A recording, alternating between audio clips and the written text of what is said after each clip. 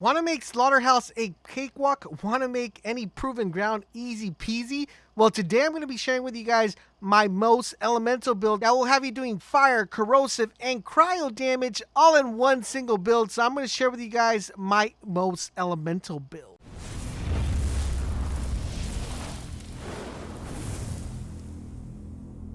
Esava, this is LaserBolt, and welcome to today's video, guys. Today we're going to be taking a look at my MOZE elemental build. Now, this build by far is definitely one of the best builds that you will definitely come across with because it's going to help you do any late game content. The reason why it's so effective is because you'll be able to do every single type of element that's available in the game. You'll be able to do fire, you'll be able to do cryo, and of course, you will also be able to do corrosive. Now, there are some really good elements in the game that are really effective in late game, and these by far are the ones that are really good. Now, when this build is completely put together, it makes you a killing monster. For those of you wondering, how good is it against bosses? It's actually really good. How good is it against mobs? Extremely well. Now, I will be uploading my complete Slaughterhouse playthrough after this video because a lot of you guys have been requesting after we put the builds together, you guys see very little gameplay. So a lot of you guys have been writing to me on Discord and also on Twitter telling me if I could please upload the gameplay of me completing the complete Slaughterhouse with the specific build. So I'm going to put this build together, show you guys exactly what you're going to need to have in your skill tree and the weapons, but later on throughout the day, I will be uploading the video of the complete gameplay so you guys can get a better understanding of how that build works. Alright, so let's dive into the skill tree and talk about what we're going to be obtaining and how we're going to be getting all these elements. So we're going to be dumping 5 points into Armed Infantry. This is going to give us gun damage and damage reduction, really important for this build, as you guys will see in my gameplay video that I upload. And one thing you guys are probably asking yourselves, how many times is he going to die with this build? Well, you guys are going to have to definitely check out that gameplay to find out. Now, we're also going to be dumping a total of 3 points into Drowning in the Brass. What this is going to do is going to give us gun damage, it's going to increase our fire rate, and it's also going to be giving us Drown in the Brass duration, which reduces our fire rate but increases our gun damage. Then we're going to be dumping 3 points into Thin Red Line. What this is going to do is going to give us 100% max health reserved and added max shield. This is going to be putting our shield down to 1 health, but it's also going to be giving us a ton of shield. Then to get even more shield, we're going to be dumping 5 points into Vladov Ingenuity. Once again, it's going to increase our shield to a plus 30. Plus, it's also going to give us resistance to shock damage to a plus 47. Next, we're going to be dumping 1 point into Experimental Munition. What this is going to do, guys, it's going to make us super OP. And in the gameplay that I'm going to be uploading later, you're definitely going to want to see how effective this is. Because what this is going to allow us to do is that for every time we crit hit, it's going to give us incendiary damage. As everybody knows, incendiary damage is a monster when it comes to red bars. And what are red bars? Anointed enemies. Anything that's red is going to be annihilated with incendiary damage. So you are going to be crit hitting a lot, and you're going to understand why you're going to be crit hitting so much when I explain our items in our backpack. Next up, we're going to be dumping a total of 3 points into Desperate Measure. This is just going to go ahead and increase our gun damage all the way up to 67%. The reason mine is at 67 is because my skill mod, and that's giving me an extra point, so it's increasing it a little bit further. And we'll talk about that once we get into the gear and all that good stuff. And last but not least, guys, we're going to be dumping 1 point into the Doctrine. This is pretty much going to give us gun damage and also maximum shield capacity when we stack the kill skill Doctrine. So it's pretty effective, and you're probably wondering, if you only dump 1 point, why do you have 3? As you guys know, I'm getting 2 points from my class mod, so this is going to vary on the class mod that you guys have, but I do recommend the one that I currently have in my backpack. We'll talk about that a little bit later as we progress throughout the video. Alright, so now let's go to Demolition Woman. We're going to start off with 5 points to Fire in the Skag's Den. This is just going to do splash damage, and it's going to deal bonus incendiary damage when you do splash damage. Now, we are going to be doing a ton of splash damage. You guys have no idea how much splash damage we're going to be doing. So this is going to be increasing our incendiary damage when that splash damage is done by 15%. Then we're going to be dumping 3 points into Mean of Destruction. This is going to be primarily focusing on us getting enough ammo in our primary weapon. It's a really good one to have, as you guys will see in the gameplay that I'm going to upload later, how effective this is. So you guys are definitely going to want to check that out. Now, not only does this give you, your ammo back for your primary weapon, but it also gives you a chance of getting a grenade back, which we are going going to be using a lot of nades. Then we're going to be dumping 5 points into Torgue Cross Promotion. All splash damage dealt by MOZE has a chance to double in size, so giving you a wider range of splash damage, and it gives you a plus 15 chance to double the splash damage radius. Really important, because once you guys see the items we have, it's going to be like, yeah, that's pretty dope. Then we're going to be doing 1 point into Stainless Steel Bear.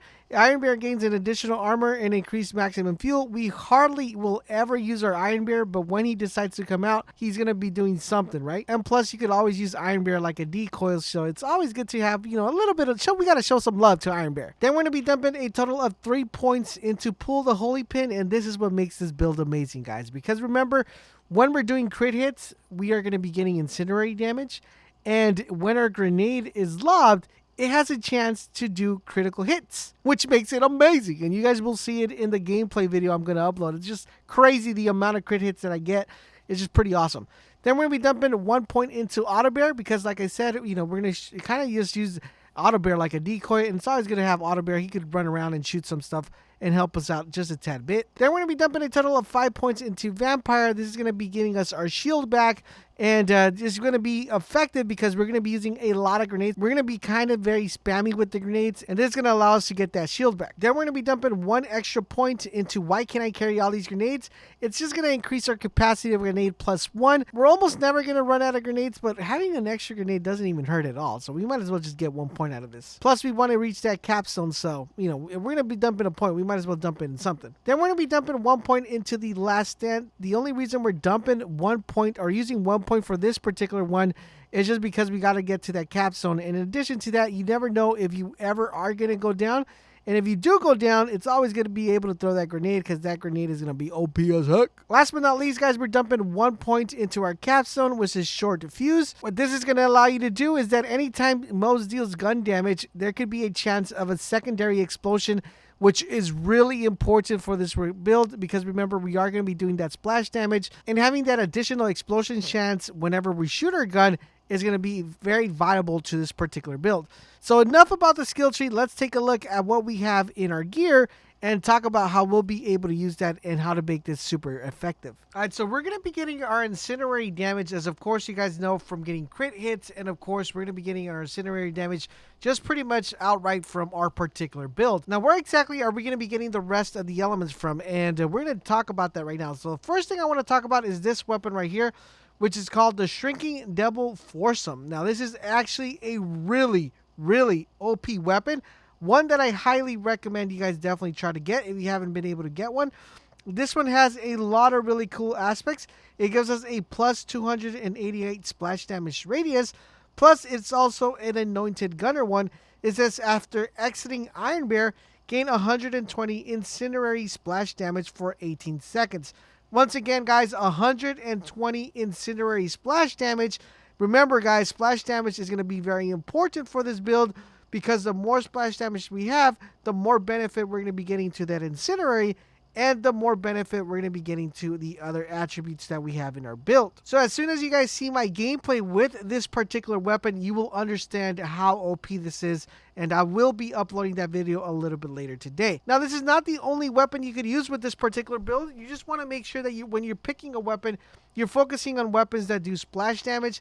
This is by far the one that I found that it's really effective, because not only does it allow me to do incinerary damage at the same time, but I'm also being able to do cryo damage at the same time, which is what I love about this weapon. It's a double whammy. Now, for some reason, you do not have access to this weapon and would like me to dupe you this weapon or get this weapon to you guys, head on over to our Discord channel, and you got to do 3 things. Number 1 is drop a like on this video.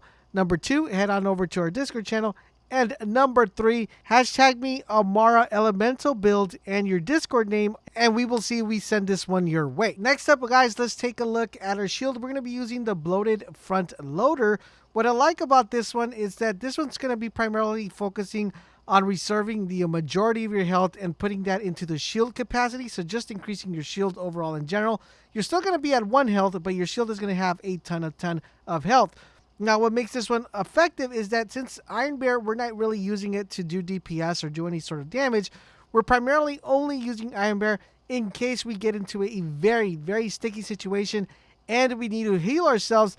This one is really good for that because this one comes with an anointed perk that says after you exit Iron Bear, you're going to gain 75 increased shield and health for 25 seconds. Really important for those sticky situations. Next up, let's take a look at our class mod, and this is what puts everything together. We're going to be doing the Honor Guard Enhanced Bloodletter, and this pretty much any Bloodletter works, but for this particular build, you're going to be looking for a Bloodletter that has at least some of these stats. Number one, splash damage, and number two, it has a bonus to a grenade damage.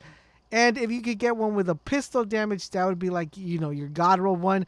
It doesn't really matter what combination you get here as far as the oranges are concerned, as long as you have really good splash damage and grenade damage, and it's a Bloodletter with 3 oranges, you guys should be good to go. Now for our artifact, we're using the Atomic Balm Victory Rush. Now the reason we're using this one, and you're probably wondering why you're using this one, you'll understand when we talk about the grenades.